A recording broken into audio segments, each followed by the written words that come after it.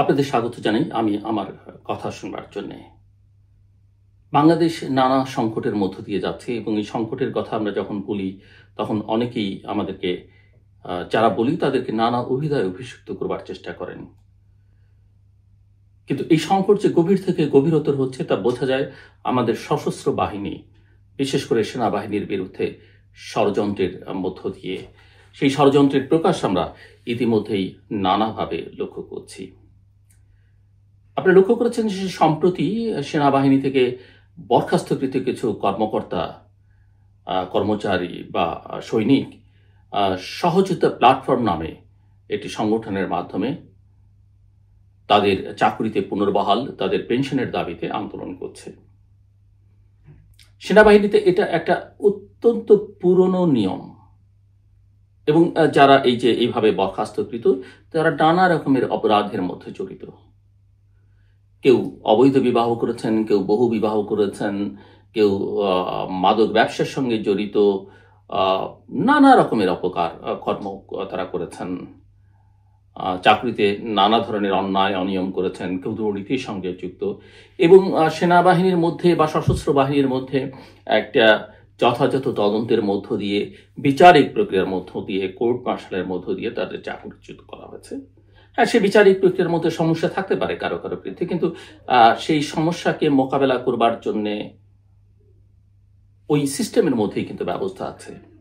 তারা mercy petition দাখিল করতে পারেন এবং মার্সি পিটিশন দাখিল করে ক্ষমা চাইতে পারেন এবং তাদের চাকরিতে পুনর্বহাল বা পেনশনের দাবি তারা করতে পারেন। কিন্তু সেটা না করে তারা, আমরা লক্ষ্য করছি যে প্রেস ক্লাবের সামনে সহ বিভিন্ন জায়গায়, ক্যান্টনমেন্টের সামনে, এখানে সেখানে তারা নানা ধরনের কর্মসূচি দিচ্ছেন। এটা বাংলাদেশে অনেকদিন পর একটা নতুন ঘটনা বলা যেতে পারে। এবং আমরা লক্ষ্য করছি যে এদেরকে প্রকাশ্যে অপ্রকাশ্যে যারা ইন্ধন দিচ্ছেন তাদের মধ্যে সেনাবাহিনীর কিছু অবসরপ্রাপ্ত কর্মকর্তা রয়েছেন, জেসি রয়েছেন, তাদেরকে পেছনে কিছু অনলাইন অ্যাক্টিভিস্ট আছেন, বিদেশে থাকা দেশীয় কিছু সাংবাদিক আছেন, কিছু কিছু রাজনৈতিক দলও তাদের রাজনৈতিক হীন স্বার্থ সিদ্ধির জন্য এই কাজটি করছেন। এবং এটা করে আসলে আমাদের সেনাবাহিনীকে বিতর্কিত করবার, সশস্ত্র বাহিনীকে বিতর্কিত করবার চেষ্টা করা হচ্ছে। কিন্তু এই সশস্ত্র বাহিনী আসলে বাংলাদেশের স্বাধীনতা সংগ্রাম থেকে বিভিন্ন পর্যায়ে দেশের স্বাধীনতা সার্বভৌমত্ব রক্ষা, বাংলাদেশের জনগণের পাশে দাঁড়ানো, নানা দুর্যোগ দুর্বিপাকে জনগণের পাশে তারা দাঁড়িয়েছে।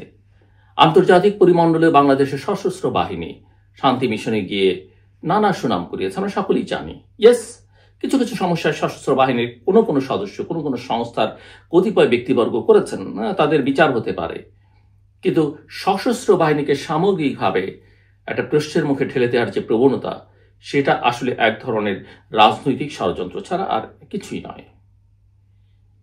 এবং এটা আমাদের মাথায় রাখতে হবে। আমরা নিকট অতীতেও যদি তাকাই তাহলে জুলাই অগস্টের যে অভ্যুত্থান, এই অভ্যুত্থানের ৩রা অগস্ট থেকে যদি সেনাবাহিনী বা তারও খানিকটা আগে থেকে যদি সেনাবাহিনী নিজেদেরকে নিবৃত্ত না করত, সরকারের কমান্ড যদি অস্বীকার না করত এবং জনগণের পাশে না দাঁড়াতো, পরিস্থিতি হয়তো ভিন্ন রকম হতে পারত। যদিও একথা সত্য যে জুলাই অগস্টের অভ্যুত্থানের পরে যে জন আকাঙ্ক্ষা, সেই জন আকাঙ্ক্ষা থেকে বাংলাদেশ এখন অনেক দূরে, বরং কিছুটা বিভ্রান্তির চোরাগুলিতে বাংলাদেশ ঢুকে পড়ছে। এবং এখানে বাংলাদেশকে বিপদমুক্ত করবার জন্য উপায় হচ্ছে বাংলাদেশের গণতান্ত্রিক প্রক্রিয়া উত্তরণ। বাংলাদেশ দীর্ঘদিন গণতন্ত্রের নামে স্বেচ্ছাচারিতা দেখেছে, কর্তৃত্বপরায়ণ শাসন দেখেছে, এখন আয়কতন্ত্র দেখেছে, স্বৈরাচারিত্ব দেখেছে। সেখান থেকে বাংলাদেশের মুক্তির কিন্তু একটাই উপায় ছিল, সেটা হচ্ছে গণতান্ত্রিক প্রক্রিয়া উত্তরণ। এবং সেটা হতে পারে একটা অবাধ, সুষ্ঠু, গ্রহণযোগ্য নির্বাচনের মধ্য দিয়ে। বাংলাদেশের সাধারণ মানুষ, বাংলাদেশের বিভিন্ন মহল সবসময় আমাদের সেনাবাহিনীকে দেশপ্রেমিক সেনাবাহিনী বলে। যদি আমি মনে করি না একথা বলবার কোনো দরকার আছে, যে সেনাবাহিনী তো দেশপ্রেম থাকেই। দেশপ্রেম না থাকলে যারা অস্ত্র হাতে দেশের জন্য জীবন দেয়, দেশপ্রেম না থাকলে তো সেটা সম্ভব নয়। কিন্তু এটা বিশেষভাবে বলবার দরকার পড়ে না। কিন্তু মানুষ ভালোবেসে সেনাবাহিনীকে একথা সব সময় বলেছে। হ্যাঁ, সেনাবাহিনীর কোনো সংস্থা নিয়ে প্রশ্ন আছে, সেগুলো তদন্ত হতে পারে দোষী ব্যক্তিদের, কিন্তু প্রতিষ্ঠানকে প্রশ্নবিদ্ধ করা, সংস্থাকে প্রশ্নবিদ্ধ করবার কোনো যৌক্তিকতা আছে বলে মনে হয় না। অনেকে বলছেন যে এই গোয়েন্দা সংস্থা তুলে দিতে হবে, ওটাকে বাতিল করতে হবে।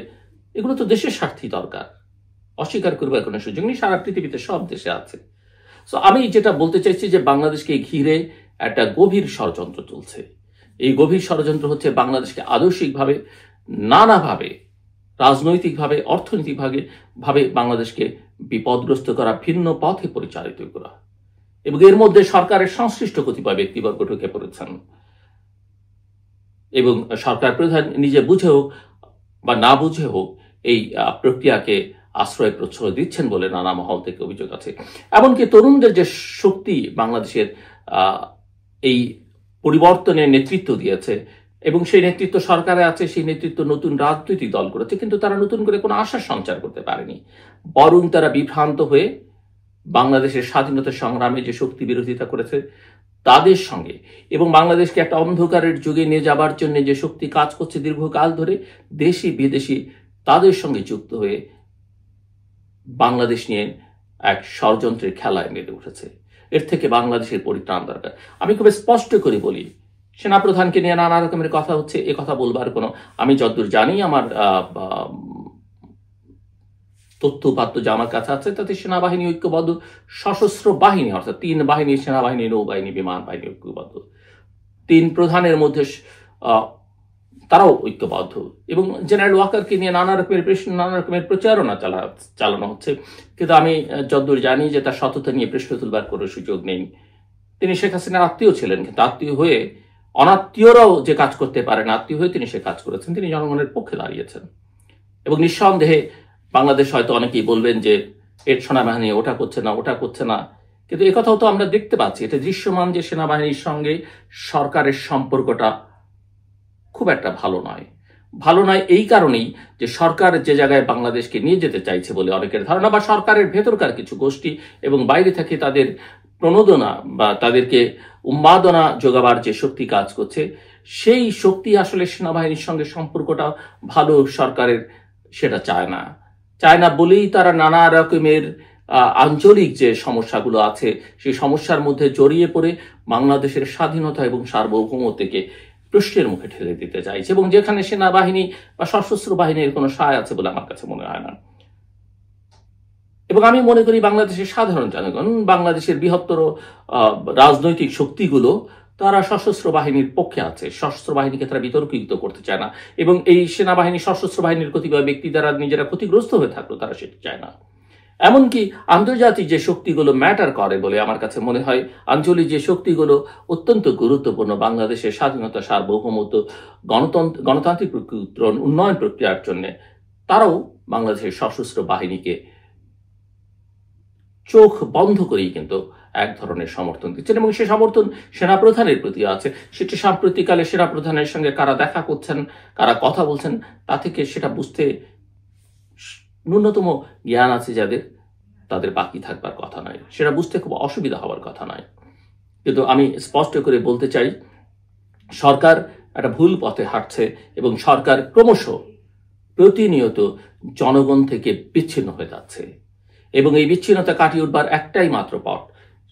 বিচ্ছিন্নতা তারা কাটিয়ে উঠতে পারবেন বলে আমার মনে হয় না, পারবেন কিনা আমি জানি না, কিন্তু এটা আমি নিশ্চিত করে বলতে পারি যে বাংলাদেশ যে পথে তারা নিয়ে যাচ্ছেন সেই পথ অন্ধকারময় এবং বাংলাদেশের রাজনৈতিক অর্থনৈতিক উন্নয়ন প্রক্রিয়ায় সেই পথ কোনোভাবেই কাঙ্ক্ষিত নয় এবং বাংলাদেশের জনগণ সেই পথে হাঁটবে না। বাংলাদেশের প্রধান রাজনৈতিক শক্তিগুলো সেই পথে হাঁটবে না।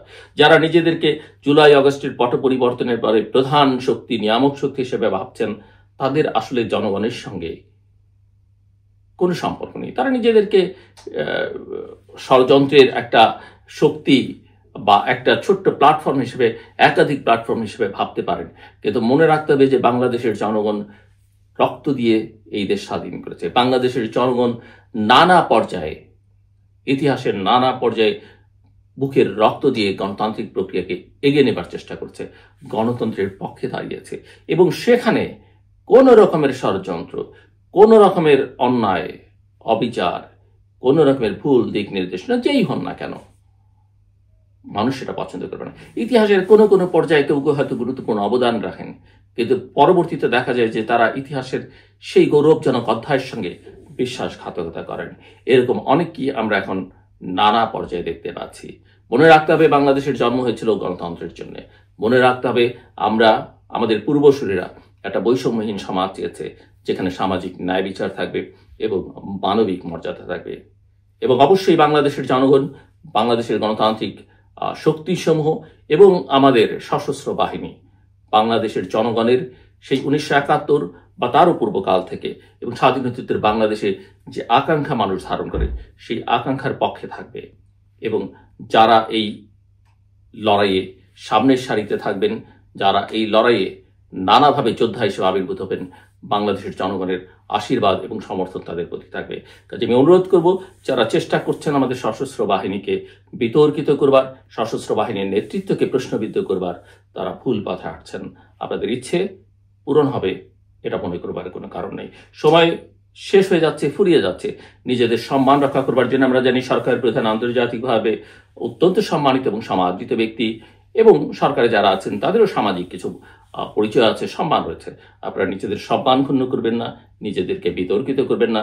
প্রফেসর ইউনূস নিঃসন্দেহে আমাদের গৌরব, কিন্তু সেটা তাকে মাথায় রাখতে হবে যে তিনি কোনো কেজের মধ্যে ঢুকে পড়েছেন কিনা, তিনি কি তাকে কেউ বিভ্রান্ত করছে কিনা, ব্যবহার করছেন কিনা, অথবা অনেকে যেটা বলেন, আমি সেটা বলতে চাই না, যে তিনি নিজেই হয়তো এগুলো চান। কিন্তু মনে রাখতে হবে, নোবেল বা আন্তর্জাতিক সম্মান সবসময় যে পার্মানেন্ট এটা বলবার কোনো সুযোগ নেই। অং সান সুচির দিকে তাকান না কেন, প্রফেসর ইউনূস যতগুলো অ্যাওয়ার্ড পেয়েছেন, সুচিও ততগুলো অ্যাওয়ার্ড পেয়েছে। হয়তো প্রফেসর ইউনূসের মতো তিনি ভাইব্রেন্ট ছিলেন না, এবং তিনি পশ্চিমাদের অত্যন্ত পছন্দের ছিলেন, কিন্তু তাকে তাদের ছুঁড়ে ফেলে দিতে বিন্দুমাত্র সময় লাগেনি, যখন তিনি জনগণের পক্ষে, ন্যায়ের পক্ষে দাঁড়াননি। আমরা আশা করব সকলের শুভবুদ্ধির উদয় হবে, এবং সব কথা শেষ কথা, সেনাবাহিনীকে এবং সশস্ত্র বাহিনীকে বিতর্কিত করবার কোনো সুযোগ নেই, প্রশ্নের মুখে ফেলবার কোনো সুযোগ নেই, এবং এই নেতৃত্বকে নিয়ে সন্দেহ করবার আপাতত কোনো সুযোগ আছে বলে আমার কিছু মনে হয় না। শেষ করবার আগে বলি, মানুষকে সম্মান করতে শিখুন। ধর্মের কথা বলে, স্রষ্টার কথা বলে মানুষকে অসম্মান করবেন, মানুষের শক্তিকে অশ্রদ্ধা করবেন, মানুষকে কষ্ট দেবেন, সেটা কিন্তু হয় না। আপনি যখন স্রষ্টার সৃষ্টিকে সম্মান করবেন, ভালোবাসবেন, তখন আসলে সেটা প্রকৃত অর্থে স্রষ্টাকেই সম্মান করা এবং ভালোবাসা, এবং স্রষ্টা আসলে আপনার কাছে, আমার কাছে সেটাই চায়। আমার কথা শুনবার জন্য আপনাদের অসংখ্য ধন্যবাদ। আপনাদের সবার জন্য শুভকামনা।